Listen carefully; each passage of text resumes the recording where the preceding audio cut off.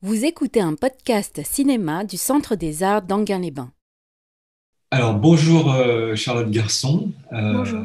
Merci d'être là donc, pour cette nouvelle édition de notre ciné-club virtuel pour le cycle Belle et Rebelle. Et donc nous arrivons à la programmation de Carrie. Voilà, malheureusement on ne peut pas le montrer en salle, mais nous allons vous mettre des liens effectivement pour pouvoir le visionner en ligne.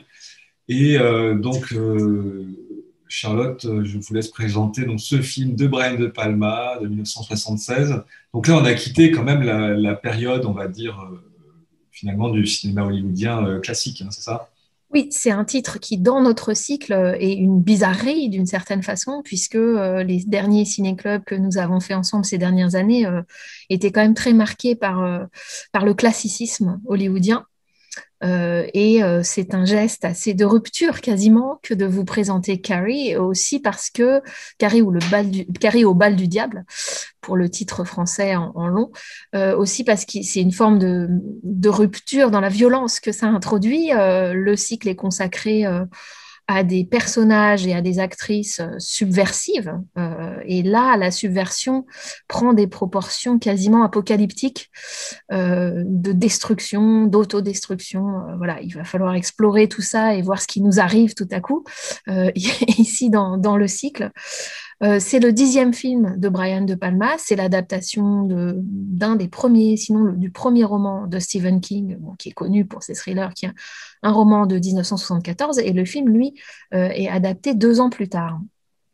Ce qui est évidemment intéressant dans ce film, c'est sa mise en scène, ce qui est ce qui est une espèce de truisme et en même temps qui caractérise assez bien les priorités de Brian De Palma, qu'il faudra donc, euh, disons, explorer avec vous quand vous aurez vu le film.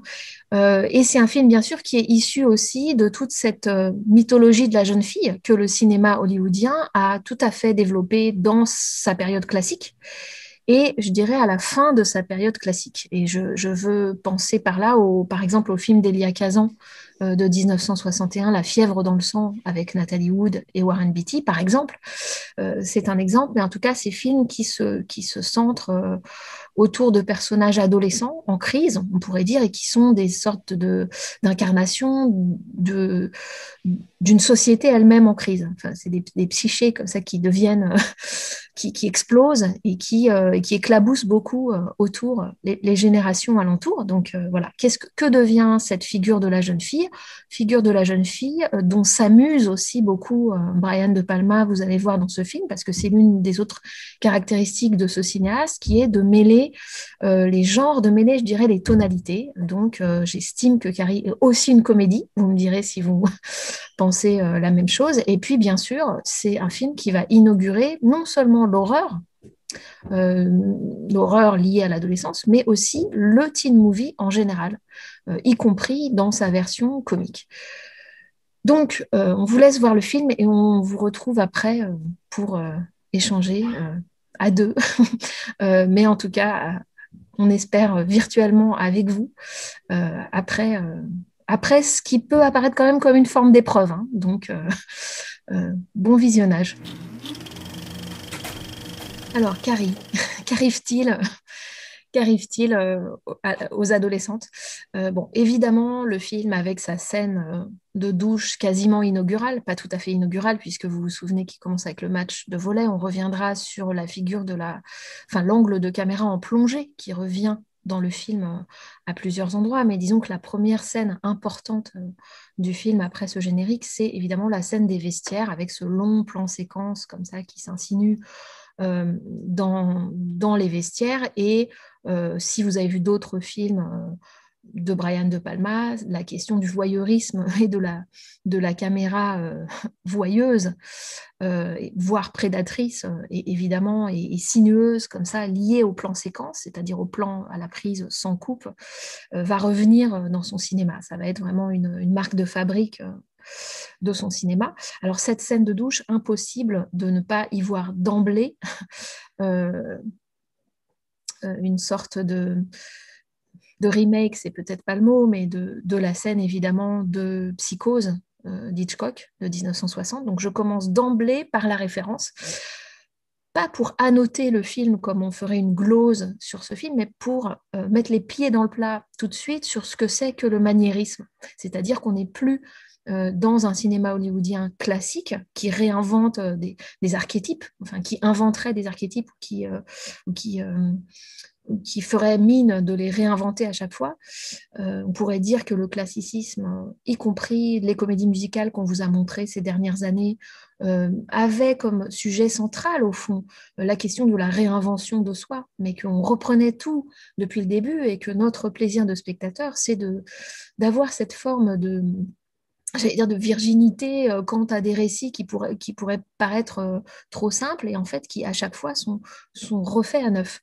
Ici, on est dans autre chose, me semble-t-il, et on est effectivement d'emblée, de la part de Brian De Palma, qui est un cinéphile, qui fait partie de cette génération née dans les années 40, lui en 1940, né plutôt dans les années 30-40, de ce nouvel Hollywood qui est donc très cultivé, qui a cette cinéphilie classique, qui l'a travaillé, qui a aussi beaucoup admiré la nouvelle vague, le cinéma européen, les nouvelles vagues européennes, et qui donc arrive après et qui cite. Et évidemment, De Palma, disons, je dirais sa citation première, elle vient d'Hitchcock. Euh, et dans tous ses films, vous pouvez évidemment retrouver Hitchcock. Et j'aimerais un tout petit peu voir de quoi il s'agit et qu'est-ce que c'est que ce maniérisme. C'est un terme qui est emprunté à la peinture, le maniérisme, qui a une définition très, très flottante. C'est pas seulement que cet art serait maniéré, hein, au sens péjoratif du terme, bien sûr, c'est que, je dirais, il est quasiment faisandé, comme on le dit d'une viande, et que donc il y a presque un processus de décomposition du classicisme qui est à l'œuvre. Alors là, très concrètement, dans la scène des vestiaires et des douches de Carrie, qu'est-ce qui se passe? On voit d'abord une forme d'érotisme, c'est-à-dire qu'on n'est plus, on est après la période d'autocensure des studios, on est après Psychose, et on n'est pas obligé, De Palma n'est pas obligé de cacher la nudité. Donc déjà, première subversion, il y a deux choses. Il y a cette référence à la scène de douche avec Janet Leigh dans Psychose, mais il y a surimprimé complètement à ça de manière indissociable une esthétique contemporaine des années 70 qui est celle de David Hamilton avec la vapeur des douches qui fait une espèce de flou artistique autour du corps érotique de ces jeunes filles, sauf que la différence avec Hamilton, qui devait d'ailleurs tourner, lui, photographe, mais qui devait tourner son premier film en 1977, donc l'année suivante, et qui est une sorte de version, j'ai oublié le titre, mais c'est une sorte de version animée de ses compositions photographiques. Eh bien, lui, justement, ménage avec ce flou artistique, cache des zones, cache les zones les plus, cache la nudité. Et ce qui frappe dans cette scène, c'est qu'on voit des jeunes filles véritablement nues. Donc ça, c'est déjà une première, voilà, une première différence, une première subversion. Euh, Deuxième chose, alors peut-être que c'est le moment d'emblée, du coup, de parler d'Hitchcock et de l'aspect matriciel qu'il peut avoir chez De Palma en général. Là, on n'aurait pas assez du temps qu'on a, mais en tout cas, dans ce film-ci, et comment c'est beaucoup plus que quelque chose d'ornemental, ou qui serait de l'ordre de la citation d'étudiant, voilà, qui veut se référer au maître. Il faut voir pourquoi c'est là.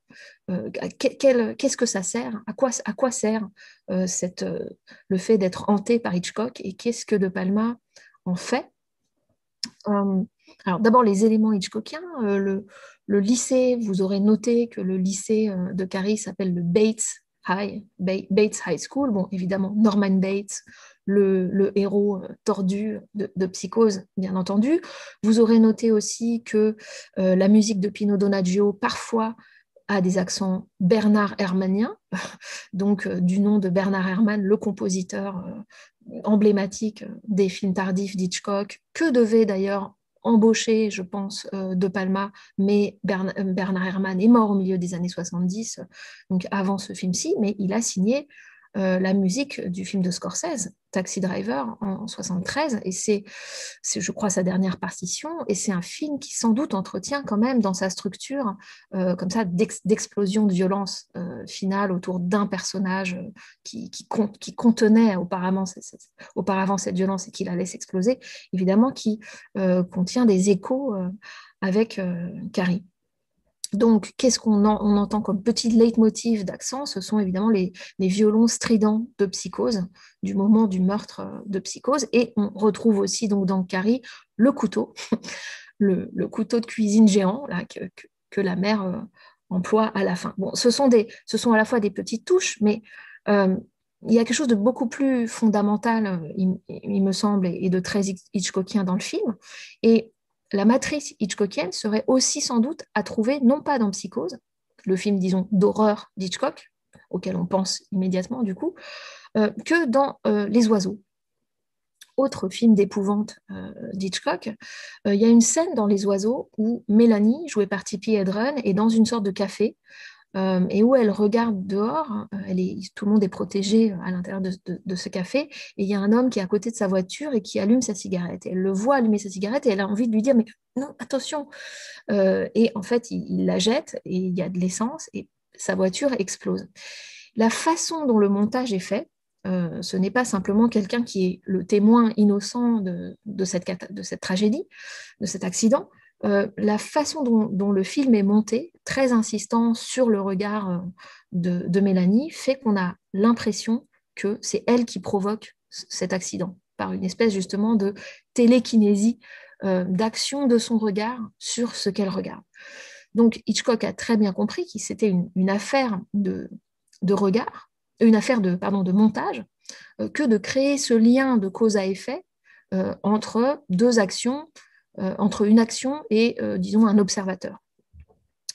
On pourrait dire qu'il a tout simplement bien appris ce qu'on a appelé l'effet Kuleshov, donc de ce théoricien russe, sur qu'est-ce que ça fait de monter trois images à la suite. Et si on permute l'une des images avec complètement autre chose, le rapport de cause à effet peut être complètement modifié si on garde la même image au milieu. Voilà, donc il y a un effet de montage qui est simple, qui est de l'ordre de la grammaire cinématographique, mais qui est problématisé en quelque chose de fantastique, en une suggestion d'un pouvoir du regard destructeur.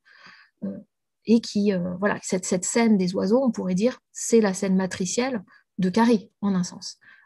Bon, il me semble que là, on est quand même au cœur de ce qui arrive à cette jeune fille.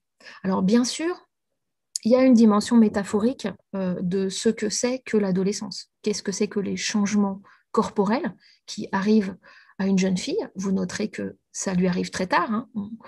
Elle a ses règles très tard. Et que ces changements physiques, biologiques sont ici étirés, enfin, comment dire, hyperbolisés à des dimensions fantastiques, voire cosmiques, parce que le final, la destruction, on y reviendra sans doute, mais la scène de destruction est tellement totale que même si elle est localisée sur une maison, sur le gymnase d'abord, puis une maison, on voit bien que elle vise une destruction beaucoup plus vaste et beaucoup plus abstraite, qui est peut-être aussi une forme de destruction d'un certain cinéma. Je m'avance peut-être. Mais en tout cas, les changements naturels et réels qui arrivent à tout corps à l'adolescence sont ici pris et malaxés et étendus à des proportions sanglantes, sanguinaires, on pourrait dire, opératiques aussi, voire épiques.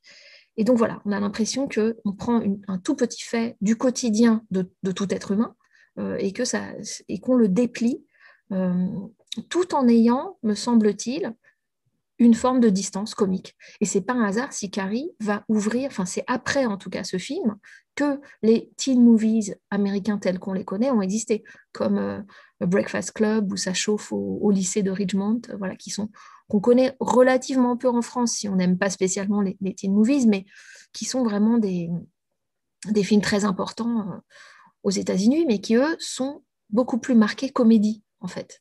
Et il me semble que dans Carrie, il y a cette dimension de distance qu'il faut interroger dans la mise en scène, vraiment précisément comment Brian De Palma n'est pas un metteur en scène de l'empathie avec son personnage. C'est pas parce que le film s'appelle Carrie qu'on est vraiment à l'intérieur de la psyché de cette jeune fille. Comment De Palma, dans sa mise en scène, recrée toujours une forme d'extériorité, une forme de distance par plein par plein de moyens. Et l'une des modalités de cette distance, je dirais, c'est quand même l'aspect satirique ou comique du film. Il satirise la société américaine et ses rituels, en fait. C'est une société très ritualisée. Encore aujourd'hui, si vous voyez un documentaire comme Paoki, une jeunesse américaine, documentaire de 2019 qui vous montre une année de lycée, dans un lycée à majorité noire de Floride, vous voyez les rituels qui scandent une année de lycée. Pas seulement la remise des diplômes, hein, mais vraiment, principalement donc le bal, prom night, qui est un très grand rituel de passage à l'âge adulte, on pourrait dire, mais aussi en réalité de normalisation, parce qu'il faut absolument avoir un cavalier, donc deux sexes opposés, pour pouvoir assister à ce bal, par exemple. C'est pas rien. Donc c'est vraiment une norme, c'est une préparation au mariage sur laquelle le film satirise quand même beaucoup. Je renvoie au fait que non seulement les élections sont truquées de la reine et du roi de la prom dans Carrie, mais aussi la robe de Carrie, dont elle dit à sa mère, elle est rose clair. On voit que c'est une robe qu'elle a confectionnée elle-même, qui est effectivement rose clair. Comment, avec le travail de la lumière dans la scène du prom, elle est clairement filmée comme une robe de mariée. Elle devient blanche, en fait. Elle devient blanche par la lumière bleue. Et comment le ralenti, comment la façon dont le couple s'avance et va sur scène, tout ça est filmé comme un rituel de mariage. Donc, De Palma se met beaucoup à distance ces rituels-là en les déréglant complètement, en les faisant délirer et en les poussant dans leurs extrémités ridicules. Et en montrant aussi les soubassements, les coulisses pas très reluisantes de toute cette société puritaine, puisque le jour même où elle marque où elle fête les proms, bien, on voit que en fait, dans les voitures, tout est joué et que la relation sexuelle, elle a déjà eu lieu et que ce sont déjà des adultes du point de vue de la pratique de leur sexualité. Je renvoie ici à la scène entre Nancy Allen et John Travolta dans la voiture, qui est quand même d'une assez grande crudité sexuelle. Écoute, ça fait beaucoup déjà. Ouais. Je sais pas, il y a plusieurs choses en fait qui me venaient à l'esprit au fur et à mesure quand tu parlais. Euh, Juste comme ça, c'était intéressant que tu situes en fait le film par rapport au teen movie comme une sorte enfin, de matrice ou de précurseur. Je me dis peut-être c'est intéressant de rappeler que oui, effectivement, on est en 76 et que quelque part, en fait, on n'est plus vraiment dans le nouvel Hollywood, hein, c'est déjà un petit peu derrière et qu'on est déjà en train effectivement de programmer le cinéma des années 80. Et c'est peut-être intéressant de rappeler que quand De Palma fait le casting de Carrie, en fait, il le fait avec George Lucas, qui est en train de faire le casting de Star Wars. Et je sais plus, j'avais lu qu'en fait, euh, l'acteur qui joue, c'est son cavalier, c'est Tommy, je me souviens plus le nom. Ah oui, Enfin, ce William personnage. Catt. Voilà, lui en fait avait été pressenti pour jouer le rôle de Luke Skywalker, etc. En fait, il faisait les auditions ensemble en fait, et il se donnait des avis sur les acteurs. Enfin, tout ça pour dire que Star Wars, évidemment, c'est pareil, c'est hyper programmatique pour les années 80, et je trouve ça assez cocasse quoi de voir ça en fait que les deux et, ont travaillé ensemble. Et que finalement, c'est assez signifiant du point de vue de l'histoire du cinéma. Et, Oui, parce que le film, c'est vrai, articule la partie classique. Alors, je parlais de la fin du classicisme avec ouais. le film d'Elia Kazan de 1961, La fièvre dans le sang, et les années 80. Effectivement, ce serait entre les deux, comme si le nouvel Hollywood très viril, disons du road movie pour aller très très vite, était,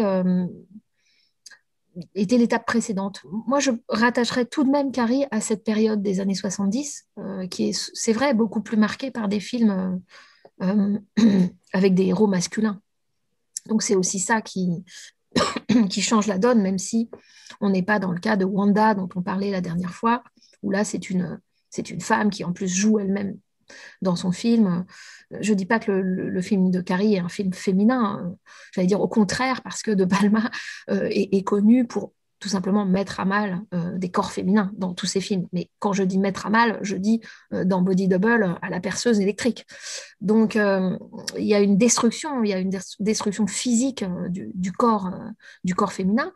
Mais là où il y a une dimension comique, c'est qu'il commence en l'érotisant, justement, en l'érotisant et clac, une fois qu'il a ferré, on pourrait dire, notre attitude de spectateur voyeur normal, habitué à tout de suite aller dans une forme d'érotisation de ce qu'on voit, eh bien, il se passe autre chose. Et comment ça se passe? Ce qui m'intéresse, c'est comment il allie ce côté sinueux de la caméra dans les vestiaires à tout à coup une rupture. Et vous vous souvenez que on a ensuite une série de plans rapprochés d'inserts, donc de gros plans des différentes parties du corps de Carrie. Et c'est comme ça que le sang des règles arrive. Ça n'est pas dans la sinuosité du groupe et du collectif, mais c'est vraiment quand on a une rupture dans la mise en scène qui passe là à un autre régime de montage et qui là, au contraire, coupe des plans rapprochés. Il y a toujours cette espèce de mise en contraste chez Brian De Palma entre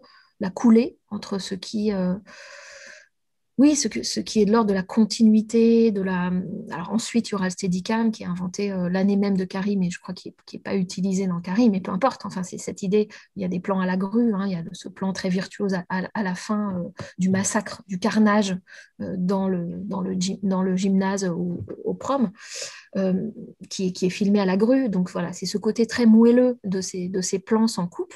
Et puis, donc il y a ce régime-là qui serait, on pourrait dire, dans l'ordre du montage, relayé par le fondu enchaîné, qui passe d'une image à l'autre, mais dans une surimpression assez douce, soi-disant assez douce. Faudra nuancer ça.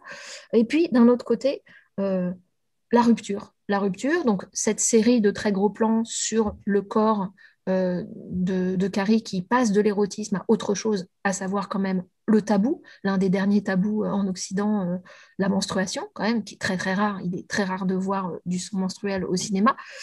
Et donc voilà, l'air de rien, dans une même séquence, on a l'érotisation du corps et puis on glisse sans le savoir, parce qu'on peut trouver aussi tout à fait érotique les gros plans sur les seins, sur les cuisses, etc. Mais en fait, clac, le sang arrive et donc on est à chaque fois le tapis comme ça de ce confort érotique de spectateur qui nous est tiré de dessous les pieds. Et on a la même chose qui va se passer, mais beaucoup intensifiée, on pourrait dire, dans la dernière partie du film, à savoir ce long plan sur le gymnase qui commence, on pourrait dire, quand Norma, l'une des amies, celle avec le chapeau, va falsifier les bulletins de vote de l'élection de Miss Lycée et Mister Lycée, en mettant les vrais bulletins de vote, en les cachant, en les poussant du pied, comme ça. Donc, toute la machination qui commence à se mettre en route et qui fonctionne bien et qui est captée par un plan séquence, voilà, sans coupe.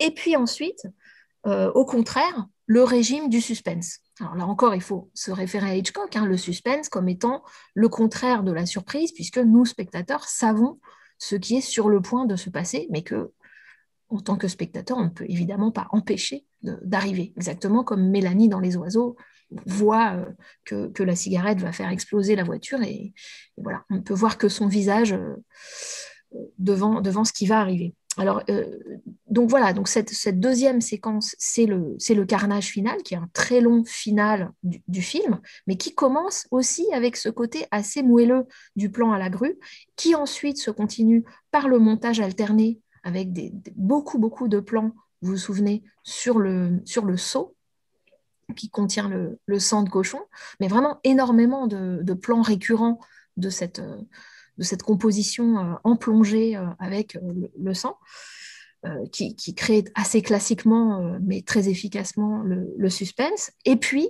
je dirais, une troisième étape de cette diffraction, dans l'ordre du montage, dans l'ordre du flux qui tout à coup est saccadé, c'est évidemment le split screen. Le split screen comme figure de composition, figure de mise en scène, qui va devenir elle aussi la marque de fabrique de Palma, qui a ses facilités, hein, comme tous les effets d'ailleurs qu'il utilise, hein, et il a été tout à fait critiqué aussi pour ça, il n'a pas la main légère. Mais ce qui est intéressant avec le split screen, c'est qu'un split screen n'a pas le même effet, en fait, selon le contexte. Et donc, il n'y a pas de lecture, disons, de grille d'interprétation qui serait split screen égale quelque chose. Évidemment, on serait tenté de dire un personnage devient monstrueux, un personnage devient fou, il est schizé, et donc ça s'incarne dans la séparation de l'image en deux. En un sens, on peut le dire pour Carrie. Effectivement, Carrie, comme dans tous les films d'horreur, le personnage est un monstre. Le personnage est monstrueux. Même si on l'aime, même si on a de la pitié pour lui, voilà, c'est évident que Carrie est révélée comme une sorcière, comme un personnage monstrueux. Bon, donc, effectivement, à la fin, qu'est-ce qui se passe? Il se passe surtout que cette énergie adolescente qui est retenue, qui est contenue par le puritanisme de sa mère, hein, principalement, et par la honte sociale d'être une lycéenne non populaire, eh bien, se libère violemment et crée tout ce final, tout ce carnage final, explose et éclabousse tout le monde. Et la télékinésie n'étant en cela qu'une forme d'allégorie de ça, de cette violence qui... Mais le split screen, à mon avis, n'est pas uniquement cela, parce qu'il a la capacité de rassembler quand même dans un même cadre ce qui normalement est laissé au champ contre champ et laissé hors champ, en fait. Donc c'est une figure assez paradoxale, le split screen, parce que d'évidence, c'est une séparation que nous voyons, nous, à l'écran, et d'un autre côté, cette séparation permet de rassembler deux plans en un seul, alors que d'habitude, le cinéma n'a pas cette capacité de tout contenir. Je ne sais pas si je suis... Ah si, mais enfin, moi, je dirais à la suite de ça que, comment dire, c'est un moment en fait de grande maîtrise finalement pour Carrie. Enfin, cette figuration par le split screen, en fait, c'est le moment où elle maîtrise tout, en fait. Et moi, ça me renvoie plus justement comment dire, peut-être ce qu'on pourrait caricaturer en fait avec un système de caméra de surveillance, par exemple, enfin, des choses comme ça, où en fait, effectivement, on a à la fois le champ et le contre-champ et qu'il y a une capacité justement à voir ce qu'il y a partout, en fait. Il y a quelque chose d'omniscient, en fait. Et, euh, et ça, je trouve que c'est... Enfin, moi, je le ressens plutôt comme ça, en fait, dans l'intention. Et plutôt que effectivement, comme tu disais, le côté monstrueux. Enfin, je suis pas sûr en fait que ce soit ça. Et, C'est pas forcément ouais. distinct d'ailleurs. Il peut y avoir quelque chose Mm. de monstrueux à Oui. à ce pan-regard, à ce Mm. regard qui devient... Mm. Enfin, on a l'impression, vu aussi le jeu, euh, qui est évidemment une instruction du metteur en scène, de ses yeux exorbités. Les yeux exorbités, c'est-à-dire qu'on a l'impression qu'elle ne devient qu'elle n'est plus que ce regard, en fait.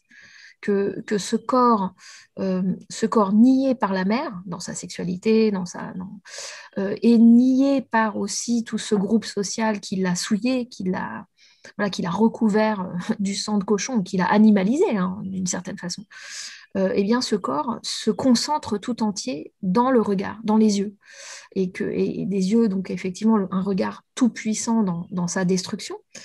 Et y compris, je le disais un petit peu au début, peut-être de force de destruction du film entier. C'est-à-dire qu'on a l'impression que De Palma se dit, je prends le risque d'emporter avec mon personnage tout le reste, y compris, y compris le cinéma, quoi, y compris le film lui-même. Donc ça se traduit par la destruction de deux décors.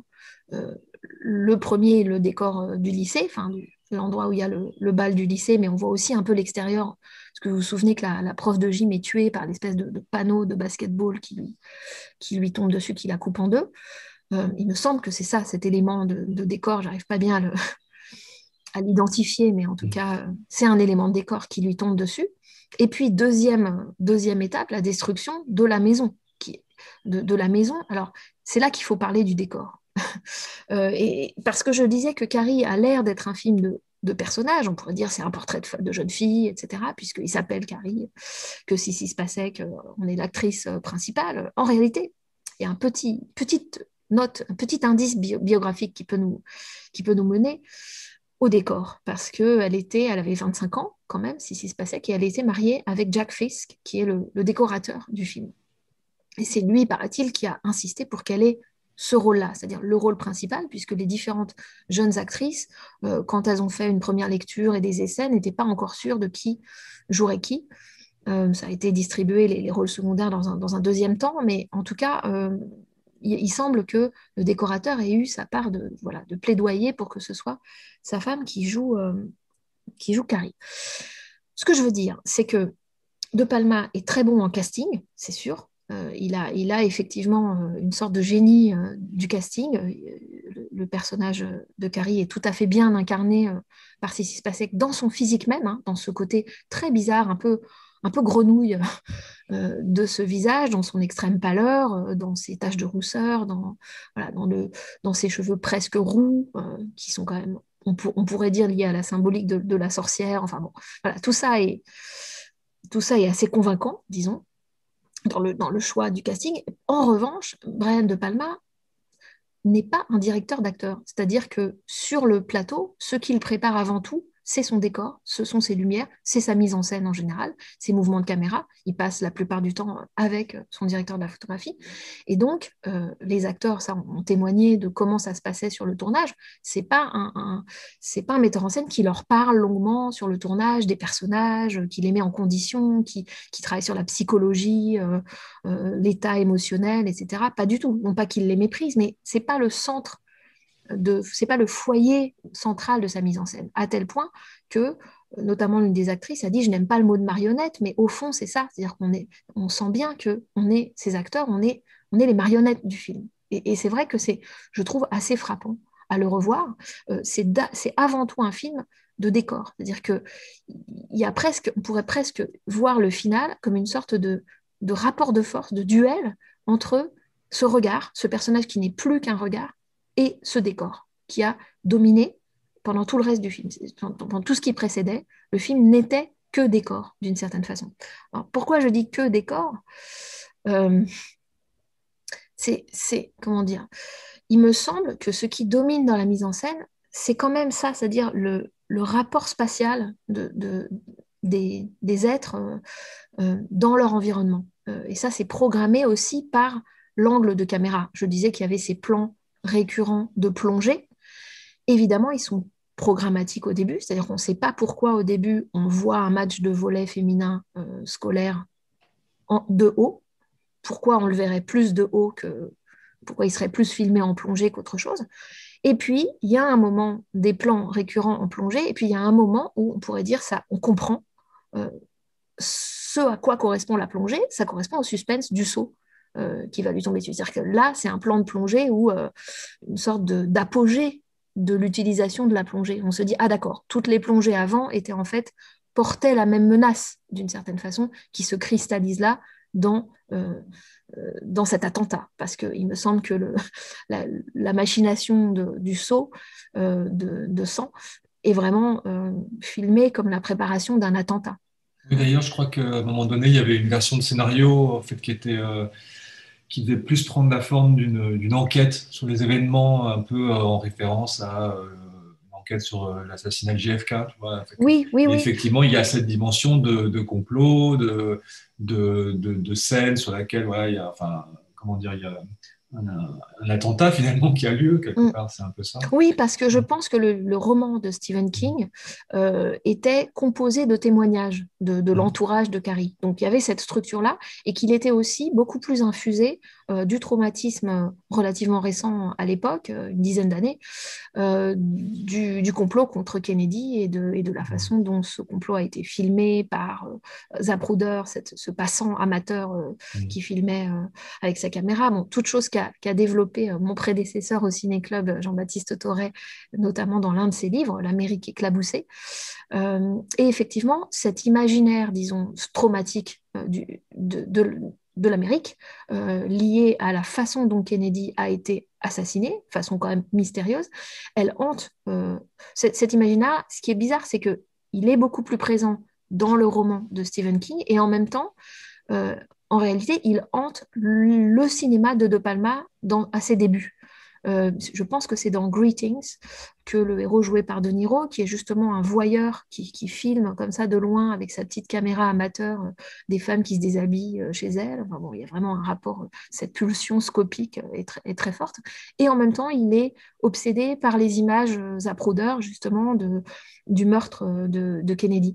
Donc on a chez De Palma, et puis tout ce traumatisme aussi de la guerre du Vietnam. Alors, Et justement, parce que là, il y avait dans la question du film de Zapruder, en fait, enfin, justement, ce qu'expliquait Jean-Baptiste Toré, il me semble, c'était il y avait un manque, en fait, finalement, qu'on avait ce point de vue qui était, voilà, effectivement, unique, mais dans lequel on voyait pas tout. mm, Et que quelque part, en fait, le split screen de Carrie, enfin, ou d'autres films de Palma, enfin, c'était une manière de fantasmer, en fait, euh, une espèce bah oui, de complétude, en fait, de mm. compléter le manque, en fait, par d'autres points de vue, et que de multiplier les points de vue ferait qu'on atteindrait une sorte de vérité, en fait, sur l'événement. Mais ce qui est illusoire, bien sûr, mais C'est vrai que c'est intéressant qu'il y ait une présence spectrale et du meurtre de Kennedy d'une part, et du traumatisme que c'est pour les jeunes soldats d'avoir été envoyés au Vietnam, et donc d'avoir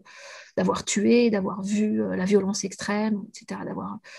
En fait, ces deux éléments très sociétaux, ils sont quand même très absents a priori quand on regarde Carrie. C'est-à-dire qu'il y a tout ce côté post-années 50 du film de prom.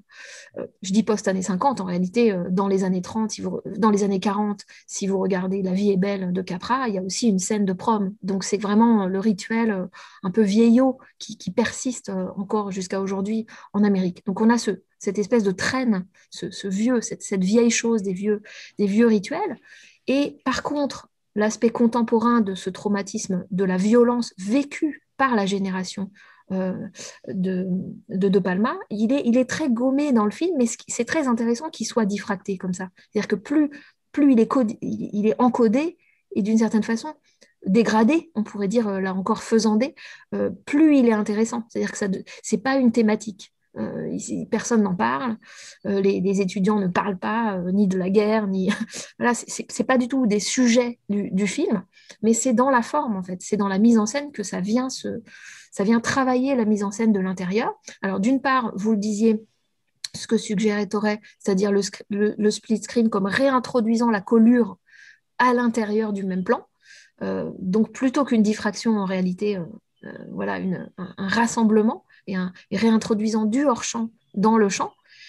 Et puis, quand même, d'autre part, par rapport à ce traumatisme de la guerre du Vietnam, je dirais quand même, moi, il me semble reconnaître dans ce qui arrive à Sue, le personnage angélique, quasiment du film, la camarade, mais angélique, mais également, comme je parlais de Mélanie, qui est témoin de la mort de cet homme, parce que Sue est montrée dans la scène du seau de sang de manière un petit peu ambivalente, c'est-à-dire qu'elle voit ce qui est en train de se tramer, elle comprend tardivement ce que ses camarades ont ourdi de complot, elle essaye d'alerter la professeure et de la tirer vers les coulisses, mais en fait toujours trop tard, avec un temps de retard qui est presque, je trouve, dans le montage, euh, organisé pour qu'il ne nous paraisse ambigu, ambivalent, euh, suspect, d'autant que Sue est quand même elle-même à comploter de son ah côté oui.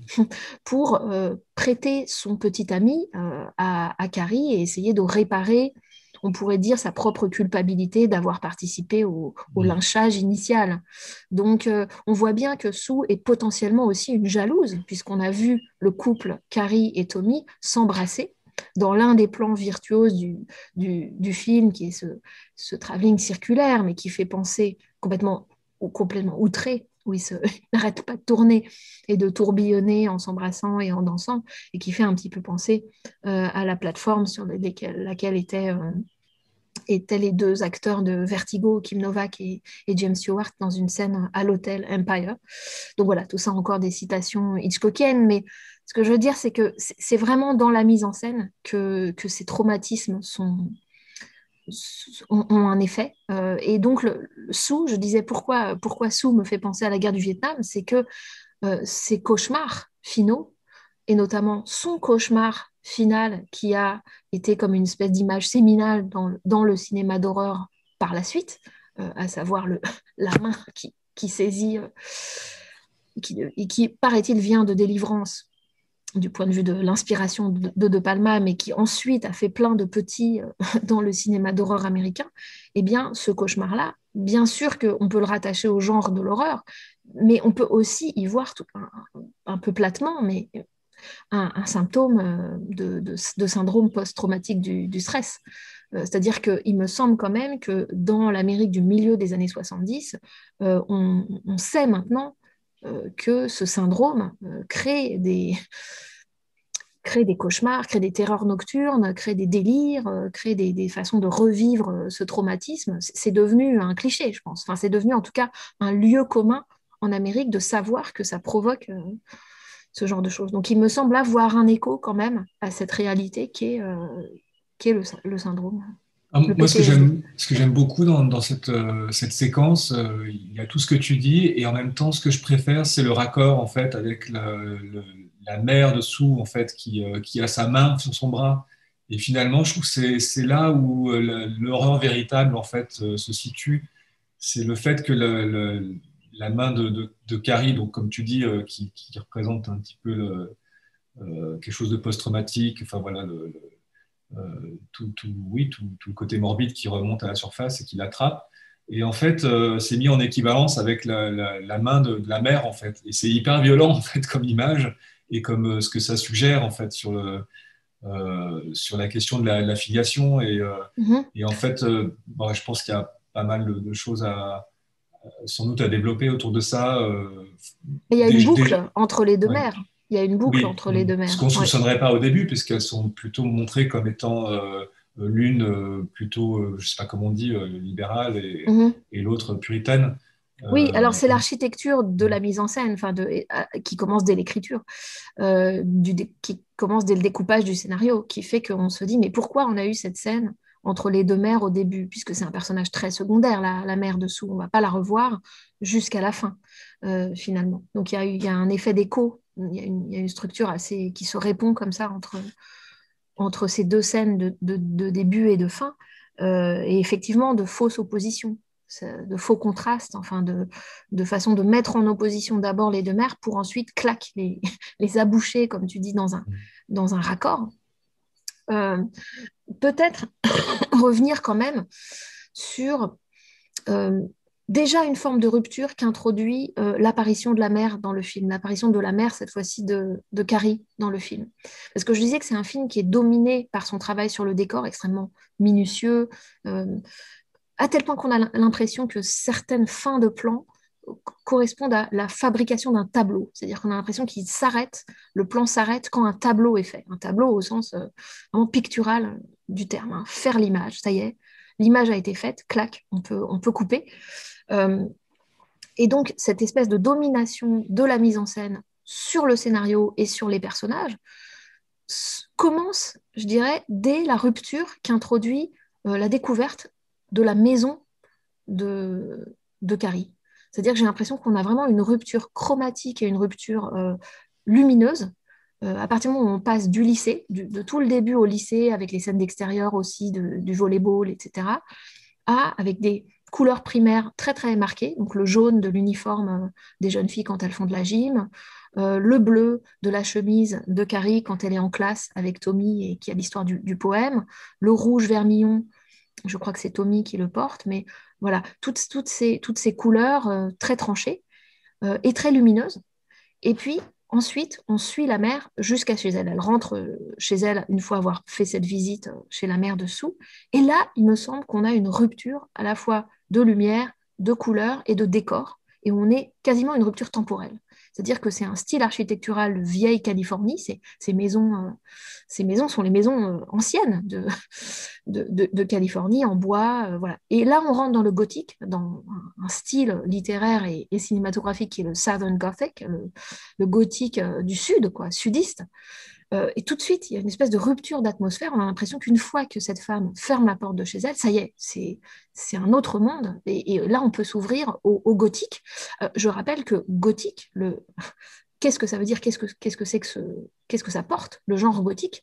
Eh bien, ça porte l'enfermement d'un personnage souvent dans une maison, et qu'il y a tout un sous-genre du cinéma classique hollywoodien qui est le gothique féminin. Dragon Week, le Château du Dragon, par exemple, de Mankiewicz, ou Rebecca d'Hitchcock, voilà, des femmes qui épousent un mari qui, au lieu d'être le prince charmant, est plutôt le geôlier, et qu'il va falloir donc libérer d'une grande maison. Bon. Donc là, on a voilà, ce décor de la maison de la mère de Carrie qui est complètement délirant, qui est complètement baroque, complètement outré, très sombre.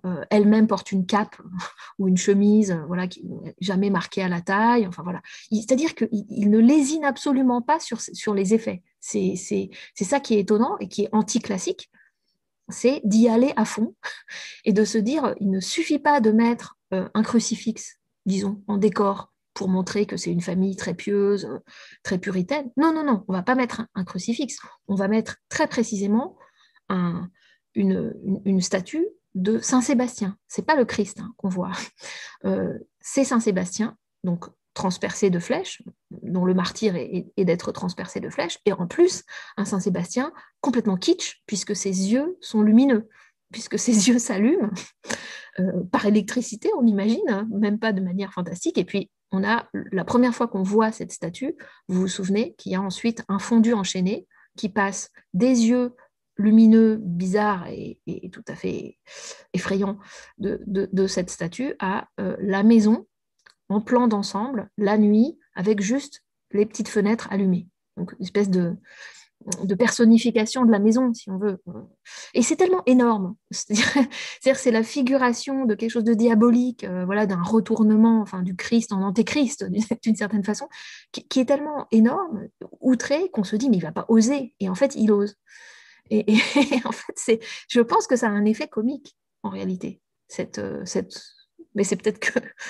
En fait, je pense que chez De Palma, on a toujours les réactions, comment dire, extrêmes, en fait, effectivement, de percevoir le comique dans ce que tu décris, et en même temps, des gens qui vont le prendre au premier degré. Je pense qu'il y a toujours les deux, en fait, qui coexistent, et ça m'amène à une remarque, en fait, où je voulais revenir sur ce que tu disais sur tu sais, l'opposition entre la forme du plan séquence avec une certaine plénitude qui est interrompue ensuite par en fait un montage très cut, etc. Et en fait, ça me rappelle en fait le début de Blowout qu'il a dû faire peut-être pas juste après ou enfin en début 80. 1980, ouais, 1980. Voilà. Et le début en fait c'est marrant parce que on est en caméra subjective, c'est un plan séquence. Et en fait, c'est une parodie en fait de slasher, donc avec le tueur qui va effectivement dans les douches d'ailleurs. Voilà, encore une fois, et qui va jouer les voyeurs effectivement. Et d'ailleurs, je crois que c'est un lycée, enfin ou un dortoir, je ne sais plus. Ouais. Et bref, et donc ce que je veux dire, c'est que ce plan séquence c'est ouvertement parodique. Il se moque effectivement de ces films un peu cheap. Parce que dans la suite du film, on apprend qu'effectivement, c'est un film dans le film et que c'est une série Z, etc. Mais en même temps, ça, c'est vrai, c'est ridicule, on peut rire. Et en même temps, moi, je suis persuadé qu'en fait, enfin, en tout cas, c'est ce que je ressens, il prend un plaisir fou, en fait, à le faire au premier degré aussi. Oui, oui. Et en fait, moi, c'est ce que j'aime chez De Palma, en fait, c'est que finalement... je pense que c'est pas quelqu'un de cynique en fait. C'est-à-dire que, non, je disais pas comme du ouais, cynisme. oui, mais on pourrait je pense qu'on pourrait je pense qu'il y a des gens qui le prennent comme ça et après tout, ça se comprend parce que pour tout les raisons que tu as données aussi. Mais ce que je trouve assez beau, c'est que finalement, il a cette capacité à la fois à prendre du plaisir à filmer au premier degré et en même temps à intégrer en fait dans le même temps une ironie, une distance qui peut être assez d'ailleurs, comme tu dis, comment dire, grossière, enfin je sais pas comment dire, des effets qui sont énormes, mais enfin moi je trouve que ça crée en fait une espèce de cocktail un peu détonnant en fait. Oui, tout à fait. Où, Et ouais. j'irais même plus loin parce qu'il me semble que ce que tu décris comme étant cette alliance très risquée au fond, hein, parce qu'on peut perdre le spectateur, très risquée de comédie, enfin de comique, disons, et alors comment dire, d'horreur. Voilà, comment le comique est lové est lové au sein de l'horreur, mais qu'il n'amoindrit pas la force la force horrifique. Il la mine pas complètement. Il la nuance, mais il ne la mine pas et voire peut-être il la décuple. Il me semble que c'est absolument central, même dans son approche des personnages, du rapport aux personnages, des relations qu'il a, lui, metteur en scène avec les personnages. Je disais, voilà, il privilégie le décor. C'est ce qui arrive au décor. On pourrait dire Carrie, c'est aussi ce qui arrive au décor. C'est qu'il est détruit par le regard d'une petite jeune fille qui était toute recroquevillée dans un coin quand on l'avait insultée dans un vestiaire, et puis finalement qui va prendre le pouvoir et tout détruire. Et le bébé avec l'eau du bain. Bon. Donc, on pourrait dire, voilà, ce décor tout-puissant, ce décor tellement minutieusement édifié, mais il va suffire de ce regard pour complètement le détruire. Il me semble que ça se traduit, euh, cet alliage-là de mise à distance et de premier degré total et sincère, se traduit y compris dans la façon dont le personnage du garçon, Tommy, dont on a assez peu parlé, mais qui est quand même qui entre lui aussi dans un réseau qui serait celui de la pureté, celui disons de l'ambivalence de la pureté dans le film. Bon, elle s'appelle évidemment Carrie White, c'est pas un hasard. Sa mère tient un discours puritain, alors là pour le coup premier degré intégriste, au sens vraiment intégriste, au sens étymologique du terme. Donc le premier degré est du côté du puritanisme, on pourrait dire, et du côté de l'intégrisme, c'est le premier degré. C'est la religion qui ne comprend pas que la lettre et l'esprit, ça n'est pas la même chose, et qu'il faut se détacher de la lettre pour pouvoir vivre dans son siècle, on pourrait dire, dans le monde contemporain, avec ses contemporains, pour pouvoir perpétuer l'espèce, parce que si on s'en tient à la chasteté, ben, voilà, il n'y a pas de filiation possible. Voilà. Donc il y a une espèce de premier degré qui est du côté qui est malade, on pourrait dire, qui nous est montré comme une maladie de la religion qui serait le puritanisme et le premier degré. Et puis plus le film avance, et je trouve plus c'est quand même ambigu. C'est-à-dire qu'on comprend, par exemple, que cette jeune fille, elle aime sa mère, que sa mère lui a transmis beaucoup de choses, mais elle lui a notamment transmis son savoir-faire de couturière. C'est pas rien. Et d'ailleurs, sa machine à coudre, si vous avez regardé, s'appelle White. Enfin, la marque de la machine à coudre, c'est White. Il y a quelque chose là qui quand même s'est transmis de la mère à la fille, qui n'est pas que de la négation, qui n'est pas que nier le féminin chez sa propre Alors, fille. est-ce que la robe de Carrie est sans couture, du coup? Ouais, la robe sans couture en référence à Bazin et à sa conception du réalisme comme étant une forme de révélation quasi religieuse dans le réalisme cinématographique. Oui, je pense qu'il y a que quelque chose se passe de la mère à la fille qui n'est pas que une négation de la sexualité, voilà, une espèce de projection négative qu'on connaît, enfin, du point de vue psychologique, là encore c'est énorme, c'est plutôt un cliché, mais ce qui est intéressant c'est justement les plus petites choses. Donc par exemple, le fait qu'on voit ensuite Carrie aller à la bibliothèque chercher un livre sur comment coudre sa propre robe, et elle dira après que c'est elle-même qui a confectionné sa robe de bal. Or, vous vous souvenez que la mère, dans la pénombre habituelle de la maison, voit la robe rouge. Et parce que, ça y est, elle a décidé que sa fille était une sorcière. Donc, elle voit sa robe, alors qu'elle est rose très, très pâle, la robe. Elle dit, ta robe, t'as mis une robe rouge. Non, non, maman, elle est pas rouge, elle est rose. Mais évidemment, la mère, elle est visionnaire, parce que dans le film, la robe devient entièrement rouge, puisqu'elle est entièrement maculée de sang de cochon. Donc, voilà, donc, et l'animalité que projette aussi la mère sur sa fille, parce qu'elle a une représentation de la sexualité qui est vraiment bestiale, quoi. Ben, d'une certaine façon, elle s'accomplit aussi dans le film avec ce sang de cochon qui recouvre Carrie. Donc ça, et c'est pas seulement qu'il s'en amuse, c'est que ça introduit quand même une forme d'ambiguïté qui est riche, enfin, qui est assez complexe. Ce serait trop facile de montrer la mère comme étant un personnage entièrement voilà, idiot, enfin, négatif et idiot, et puis la fille comme étant d'emblée rebelle. La fille aime sa mère, la fille l'embrasse, alors qu'elle a été mise au placard, et puis que derrière, elle va ensuite se regarder dans le miroir. Et voilà, c'est toute cette tension-là, avec les scènes successives de Carrie au miroir, ça c'est un motif aussi récurrent de elle devant un miroir, qui crée la dynamique d'accumulation de tension énergétique et de relâchement. Et c'est ça, la télékinésie, c'est quand même ça, cette espèce de compression de tension.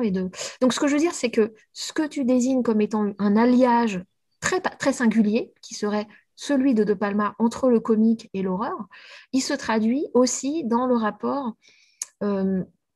voilà, dans les relations entre les personnages. Donc l'autre exemple étant, celui que je voulais donner, c'était l'exemple de Tommy. C'est très bizarre parce que ce garçon qui, quand Carrie dit que son poème est beau en classe, hein, le mot beautiful revient vraiment à plusieurs moments du film dans la bouche de plusieurs personnages. C'est toute cette espèce de champ lexical comme ça de l'innocence, comme étant à la fois le puritanisme et étant à la fois quelque chose qu'on cherche quand même d'une certaine façon à préserver.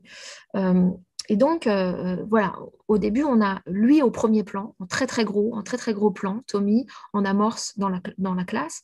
Là encore, dans une des compositions qui vont devenir la marque de fabrique de Brian De Palma, la double lentille, hein, le fait qu'on puisse voir à la fois un personnage d'un côté du cadre en très très gros plan et un autre personnage, mais à l'arrière-plan. Vous avez beaucoup ça dans Blowout.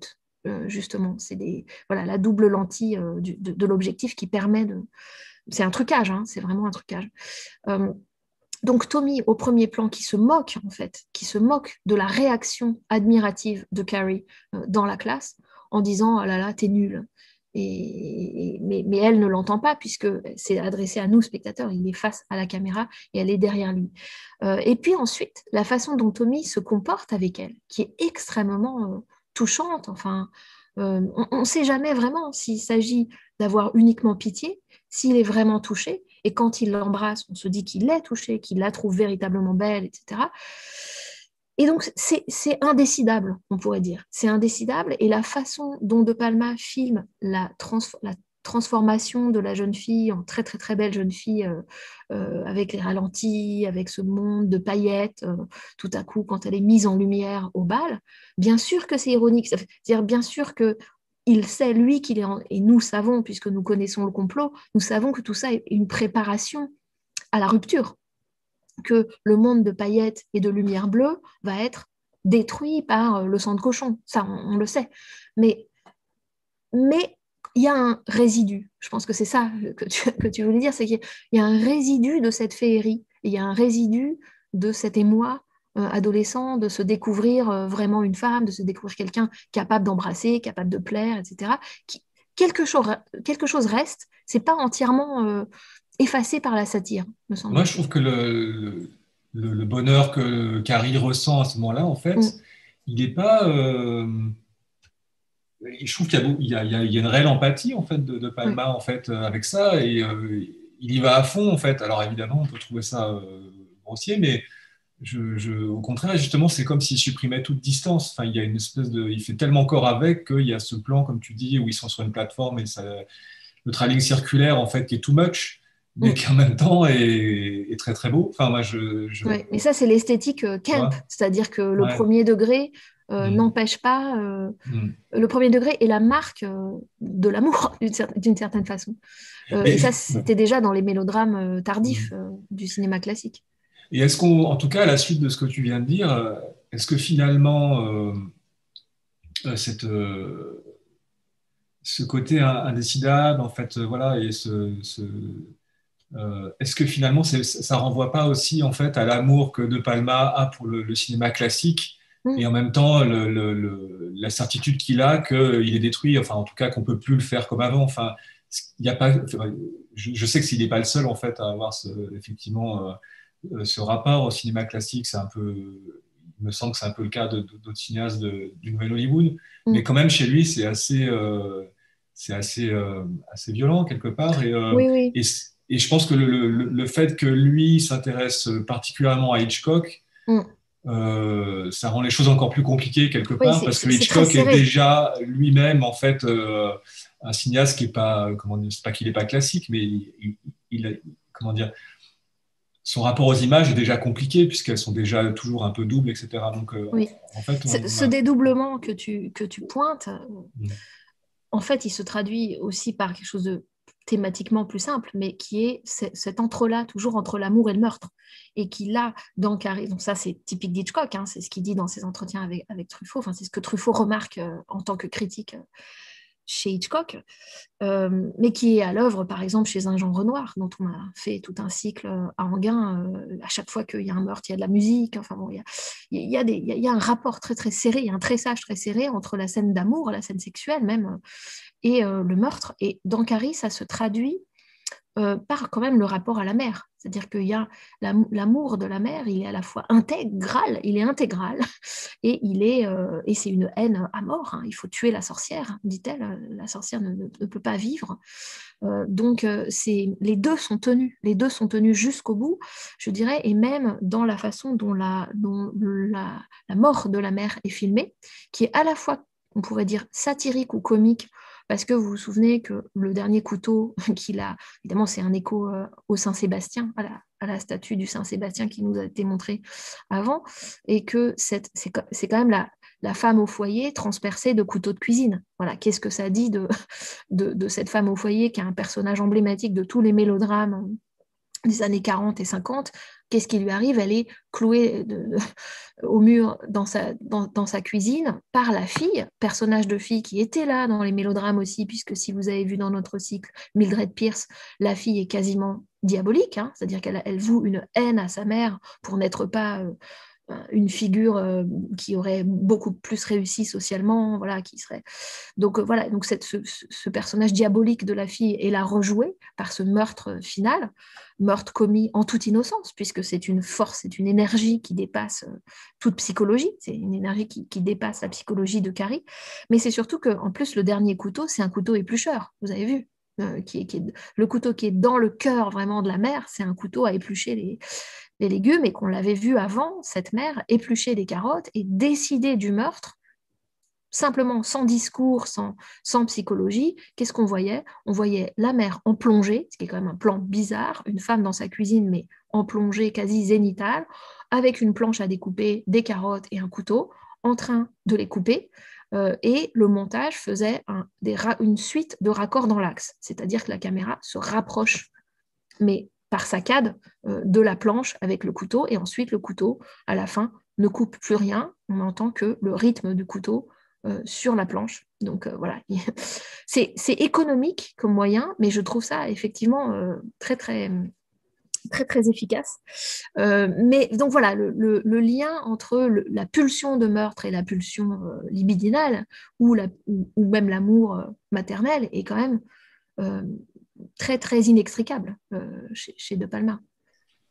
Ouais, et mais d'ailleurs, enfin, dans les raccords là, sur le couteau, ça me fait penser, c'est exactement le même figure de montage qui est utilisée sur son regard, tu sais, quand elle fait exploser la voiture de Oui, ça John c'est Travolta, là, enfin, des raccords dans l'axe, voilà, c'est ça. Ouais. comment ça s'appelait, une Chevrolet Malibu 64, oui, que Tarantino avait d'ailleurs acheté, enfin pas la voiture elle-même je crois, mais le modèle qu'il avait Ah oui, acheté, qui s'était d'accord. fait voler. Oui, parce que ce film a évidemment tous ses fans derrière, mais oui, Oui. cette explosion de la voiture à distance, bon, c'est évidemment, on pourrait dire aussi, une métaphore de l'omniscience du metteur en scène. Il n'y a que le metteur en scène qui peut décider de faire exploser le décor, de saccager son propre décor, quand même. Toute une maison, toute une, toute une voiture, voilà, ce sont des décisions qui sont prises par le metteur en scène. Donc, c'est ce que tu disais de la prise de pouvoir de ce regard. C'est évidemment aussi métaphorique du regard de l'auteur. C'est comme si cette génération avait découvert l'auteurisme, créé, on pourrait dire, par la critique française au début des années 50, et qu'elle avait pris, ah d'accord, un cinéaste, c'est un auteur, bah, vous allez voir jusqu'où il a cette puissance de tout régenter, y compris de tout détruire, y compris de détruire ses décors les plus dispendieux, y compris de détruire la psychologie, de détruire tous ces personnages, parce que le film, dire quasiment tout le monde meurt à la fin, les bons comme les mauvais. Donc, y compris le petit prince, Tommy, parce qu'il a cette coiffure de petit prince, cette blondeur qui le rapproche de Carrie. Voilà, on y a cru. C'est-à-dire que l'amour dont tu parles, l'empathie, on y croit à un moment, on y croit à ce couple. On croit qu'il peut survivre. Et en fait, à chaque vision du film, ce qui nous ravage, c'est qu'il va au bout d'une forme de destruction. Alors, on pourrait dire, mais non, parce qu'il sauve la jeune fille, il sauve Sue, finalement, en nous montrant une vision d'horreur qui n'est qu'un cauchemar. hein. Mais en réalité, est-ce qu'il va vraiment la sauver? Puisqu'il la sauve, on a l'impression, simplement pour la prendre comme cette actrice, Amy Irving, pour la prendre comme héroïne du prochain film, qui sera Fury, que je n'ai pas revu là pour l'occasion, mais qui est quand même très voisin de Carrie. Donc Oui. il la sauve, Mm. mais il la sauve parce Mais qu'il veut la réutiliser. ouais. Mais encore une fois, moi, je reviendrai sur le raccord sur la main de la mère, en fait, sur son bras, en fait, qui pose une forme d'équivalence, finalement, et qui vient finalement peut-être dire aussi ce que le film développe, c'est-à-dire que sur la question de la normalité, parce que autant sa mère, à Carrie, effectivement, alors on est vraiment dans le délire, comme tu dis, intégriste, ce qui, en parenthèse, aux États-Unis, paraît pas si. Enfin, ça paraît beaucoup plus normal qu'en France, peut-être. En tout Mm. cas, ce qui représente la normalité, en fait, c'est tout ce qui est au lycée. Mais en fait, bon, le film montre que finalement, il peut y avoir autant de violence finalement dans le lycée, en fait, dans tout ce qu'il y a de ce qu'on lui demande, de ce à quoi on lui demande de se conformer, en fait. Oui, Et c'est-à-dire que, qu'être voilà. repris par le social, Ouais. être repris Mm. par la société, par l'Amérique de cette époque-là, c'est pas forcément un cadeau. Voilà, et en fait, finalement, elle est un peu coincée entre deux formes d'aliénation, quelque part, en fait.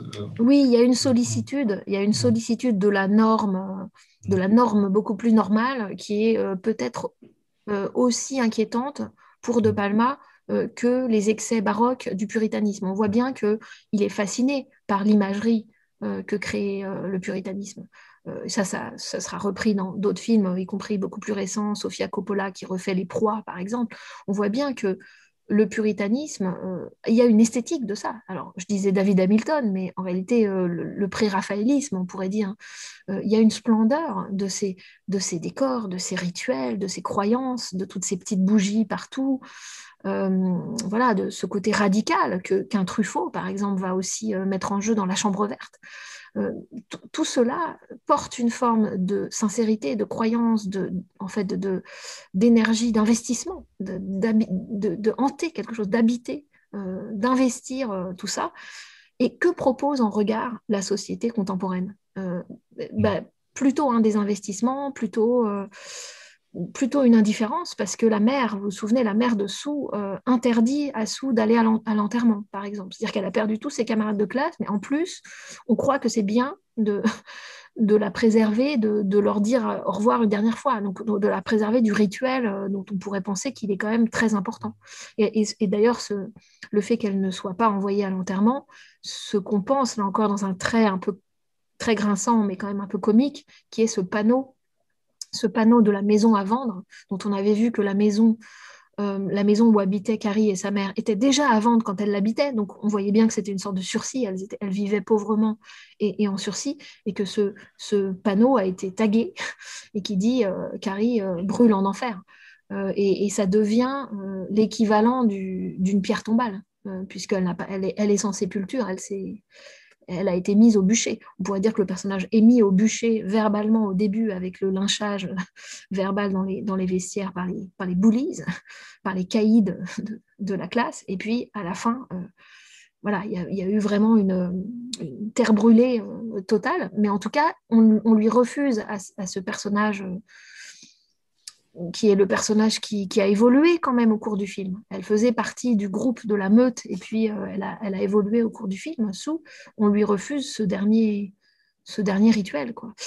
Juste sur d'où vient ce Southern Gothic dans ce cinéma, puisqu'on a mentionné beaucoup de films, beaucoup de références à Hitchcock ou autres, il y a quand même La Nuit du Chasseur, qui me semble quand même planer un petit peu là-dessus. Alors, La Nuit du Chasseur de Charles Laughton, il me semble que c'est 1950, avec ces deux enfants, frères et sœurs, qui sont traqués par leur beau-père qui a tué la mère et qui les poursuit à travers le sud des États-Unis en étant toujours en train de chanter une espèce de prière à cheval. Donc, ce qui les poursuit, c'est aussi cet intégrisme-là, cette espèce de façon d'être collé au verbe, d'être collé à la parole de la prière et de pas arriver à se sortir de cette, oui, de la lettre, on pourrait dire.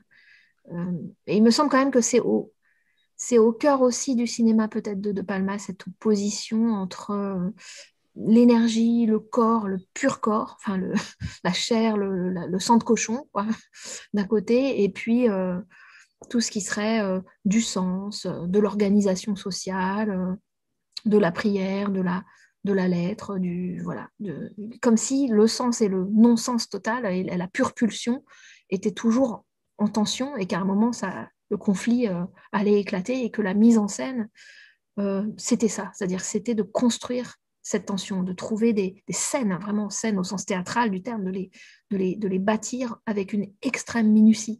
Parce qu'on ne l'a pas assez dit, mais le décor du prom, de la nuit du bal du lycée est quand même aussi étonnant.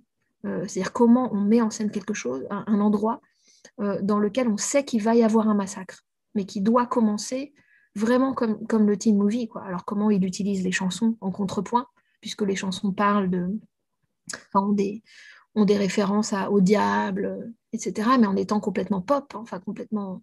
Et comment ce lieu, qui est un lieu festif, qui est un lieu de réjouissance, qui est un lieu, voilà, tout à coup se dérègle et piège tout le monde.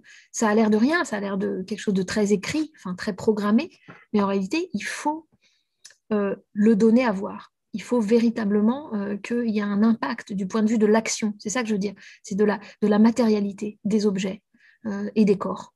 Et ça, je trouve, c'est ça la mise en scène au fond. C'est pas quelque chose qui est écrit, c'est quelque chose qu'il faut qu'on ressente, qu'on voit dans l'espace, voilà, qu'on y croit. Il faut qu'on croit que le personnage, par exemple de Norma, cette amie là avec le chapeau et les nattes, elle est vraiment tuée par la force du jet d'eau de pompier. Il faut vraiment qu'on croie que la prof est coupée en deux par cet élément de décor, par ce panneau qui lui tombe au milieu, évidemment au milieu, au niveau du sexe quasiment.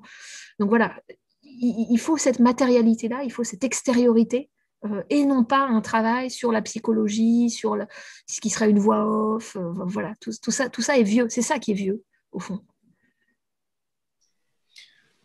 Oui, je me dis au bout du bout, en fait, est-ce qu'il n'y a pas quand même chez De Palma une forme de mélancolie, en fait, finalement, tu vois, par Mm, rapport mm, justement à cette forme de cinéma classique qu'on peut plus faire, mm. en fait, et qu'on détruit, et que finalement, au bout de tout ça, qu'est-ce qui reste? Enfin, tu vois, et que finalement, de toute façon, il a cet amour pour le cinéma classique et aussi pour la modernité et puis pour toute la déconstruction, en fait. Enfin, moi, je trouve, et Oui, je sais pas. ouais, mais ça, tu poses une question, j'allais dire, artistique plus vaste, enfin, Mm. qui est ce que le maniérisme peut être la dimension élégiaque du maniérisme, Mm. que ce soit en peinture Oui, c'est pas que chez ou lui, au ça, ouais. cinéma. Mm. Oui, oui, Mm. on pourrait dire orphique en rapport avec Orphée, c'est-à-dire cette idée de se retourner. Alors, en l'occurrence, il se retourne sur le cinéma classique, euh, dans lequel, eh bien, il n'y a pas cette télékinésie, dans lequel on n'ose pas faire un raccord entre un regard et une voiture qui explose. Dans le cinéma classique, il faut faire tout le petit parcours où quelqu'un va poursuivre quelqu'un d'autre pour l'atteindre, pour peut-être lui le tuer. Mais euh, donc, on a l'impression que en maintenant juste les deux images, c'est-à-dire le regard et puis la voiture qui explose, et en supprimant tout le chemin qu'il y aurait eu pour faire une causalité classique, normale, de la cause à l'effet, effectivement, on sent que De Palma prend en compte, et prend sur lui, on pourrait dire, la perte de ce qu'il y a dans cette ellipse, la perte de ces images, de tout ce chemin très humain qui aurait eu à faire quelque chose de beaucoup plus, de non fantastique en réalité. Et que donc le fantastique, euh, ou si tu veux, le renoncement au réalisme à la Bazin, c'est effectivement le renoncement à une vision du monde dans laquelle les choses ont un sens, les choses font sens entre elles. Les choses font sens, les choses sont cousues entre elles. Il y a un lien entre la parole de la Bible et la façon dont on vit, par exemple. C'est le fantasme de la mère puritaine.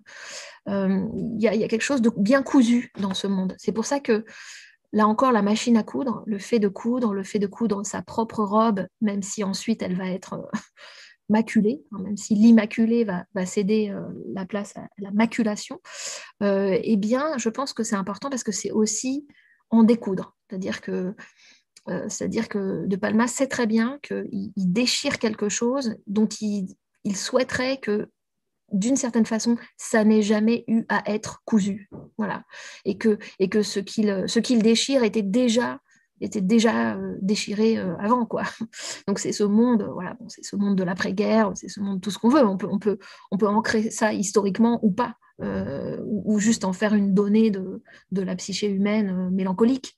Mais je suis d'accord que le film charrie cela et qu'il charrie d'autant plus cela que l'adolescence est cet âge où soi-même, il me semble, on se retourne vers sa propre enfance en voyant qu'elle est perdue, en voyant que notre corps change. Alors, très bien, ça nous ouvre à plein de possibilités sexuelles et autres, mais évidemment que tout adolescent souffre aussi de cela. Écoute, je sais pas, moi j'ai plus de On est au bout de la mélancolie. En tout cas, merci beaucoup Merci. pour cet échange, Merci à toi. cette analyse. Euh, on va laisser tout ça infuser. On va essayer de vivre malgré la description totale. En tout cas, allez voir je m'adresse à nos auditeurs, en fait, allez voir les films de Palma, en tout cas, Oui. peut-être Blowout à la suite, en fait. Enfin, bon, de toute Et façon, juste un film qui hante aussi quelque part, celui-ci dont on n'a pas parlé, mais parce qu'on vous le montrera un jour, je pense, à Enghien. Il devait faire partie de ce programme, ou on vous montrera ici, je ne sais pas. J'ai l'impression de le citer à chaque ciné-club maintenant. C'est De l'influence des rayons gamma sur le comportement des marguerites, qui est donc le film de Paul Newman de 1972. Donc il précède Carrie. Il a eu beaucoup moins de succès et d'impact dans l'histoire du cinéma, mais en réalité, moi, il me semble aussi important. Et comme par hasard, c'est aussi l'histoire d'une lycéenne qui a du mal à grandir avec une mère tout aussi possessive, même si elle n'est pas religieuse. Donc je trouve que voilà, ce film vaut vraiment la peine d'être vu. c'est la religion de la bouteille, je crois, elle, non? C'est ça? Bon, enfin bref. On en reparlera. Donc, la prochaine fois, on va vous proposer Victor Victoria de Blake Edwards. Donc, on va finalement, de la même manière, continuer à avancer un petit peu vers du cinéma un peu plus contemporain. C'est début des années 80, je crois. Et juste rappeler en fait qu'on terminera le cycle avec un film de Tarantino, Boulevard de la Mort. Alors, je ne sais pas si celui-là, on pourrait le faire en salle. En tout cas, voilà, il nous reste 2 séances pour finir ce cycle Belle et Rebelle. Voilà. Merci beaucoup, Charlotte. Merci, à bientôt. À bientôt. Au revoir.